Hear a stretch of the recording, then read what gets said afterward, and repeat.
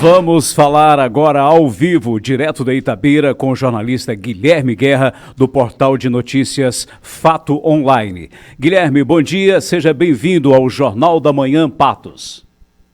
Bom dia, Hilton. Primeiro, é um prazer imenso estar aqui participando com vocês. Desde já deixo meu abraço a todo o povo de Patos de Minas. Vamos falar um pouquinho dessa partida entre Valério e Mamoré que aconteceu ontem em Itabira. Bem, Guilherme, como você avalia o jogo de ontem e um placar reversível, como foi a semifinal? Olha, Hilton, o que aconteceu aqui em Itabira, primeiro a gente tem que destacar o péssimo horário que foi a partida, né? A Federação Mineira de Futebol definiu que o confronto tinha que ser realizado ainda durante a semana e com isso, pelo Estádio Israel Pinheiro, Arena SEAD, não ter iluminação artificial, a partida não poderia ser realizada à noite, então teve que ser realizada às 15 horas. Mas mesmo assim, o torcedor valeriano se fez presente ao estádio e tentou apoiar o time. No início, o jogo começou numa voltagem um pouco mais baixa, mas o Valério tentava algumas descidas, ora pela ponta esquerda com o Robertinho, às vezes pela direita com o lateral Marcel e também em tabelas pelo meio de campo com Felipe Valdívia e Felipe Muranga. Mas quem foi mais efetivo foi o Mamoré. O Mamoré teve uma chance ali depois de uma jogada puxada pelo jogador Gustavo Neto, um cruzamento para dentro da área, e aí o Luiz Antônio só bateu pro gol na saída do goleiro e fez 1-0 para o Mamoré.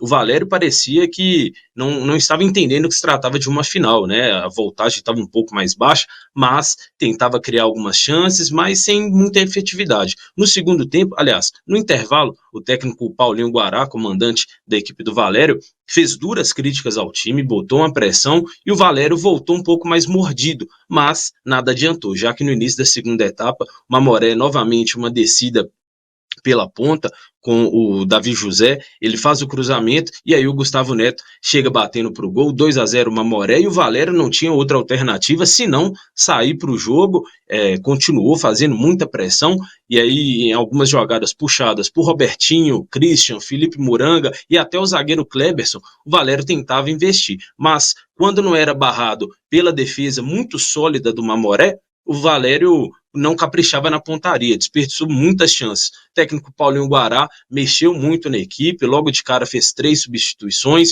o Valério seguiu pressionando, até que ali por volta dos 24, 25 minutos, após um cruzamento da ponta esquerda, o artilheiro Felipe Muranga, o melhor jogador do Valério, ele finta o zagueiro, fuzila de perna canhota no gol do Felipe Viotti e faz o gol que dá uma sobrevida para o Valério. O Mamoré foi muito sólido, muito efetivo, teve poucas chances claras, né, mas diferente do Valério, soube aproveitá-las e prova, né, por que o time do Mamoré segue invicto na competição. Um time muito sólido, muito eficaz, mas o Valério fez um gol ali que dá certa esperança para poder buscar o resultado fora de casa. O Valério já provou isso na competição, que tem plenas condições, né, de conseguir reverter esse resultado. Foi assim nas semifinais contra o América de Teófilo Otoni, quando tinha perdido aqui em Itabira por 3-1, mas foi lá, buscou o resultado e conseguiu a heróica classificação. O Valério está de volta ao módulo 2 depois de 13 anos, o Mamoré também de volta depois de 5 anos, então assim, muito bom ter essas equipes tão tradicionais do interior mineiro de volta ali, não está no patamar da elite, mas pelo menos está em um lugar muito mais qualificado, né, à altura dessas duas grandes equipes do futebol mineiro. Guilherme, após o jogo, qual foi o sentimento dos torcedores do Valério Doce? Olha, Hilton, o que a gente viu foi, primeiro, né, ressaltando novamente, o torcedor valeriano se fez presente apesar do horário. O jogo foi realizado em horário comercial e a torcida ali teve em peso, né? Porém, não com aquela atmosfera, aquele caldeirão como é acostumado ser aqui no estádio Israel Pinheiro. Mas, mesmo com a derrota, após a partida, o torcedor valeriano bateu palmas para a equipe, reconheceu o esforço que foi feito e eu acho que tem mais uma comemoração pelo objetivo já conquistado, que é o acesso ao módulo 2. Então, o torcedor valeriano reconhece isso e eu acho que essa partida contra o América de Teófilo Otoni no último fim de semana, dá uma certa tranquilidade para o torcedor pensar que a gente tem capacidade de poder ir até Patos de Minas e reverter o resultado. Mas não vai ser fácil, não. Estive conversando também com alguns jogadores do Mamoré e o que eu pude constatar foi que esses jogadores têm muita convicção de que nada está ganho.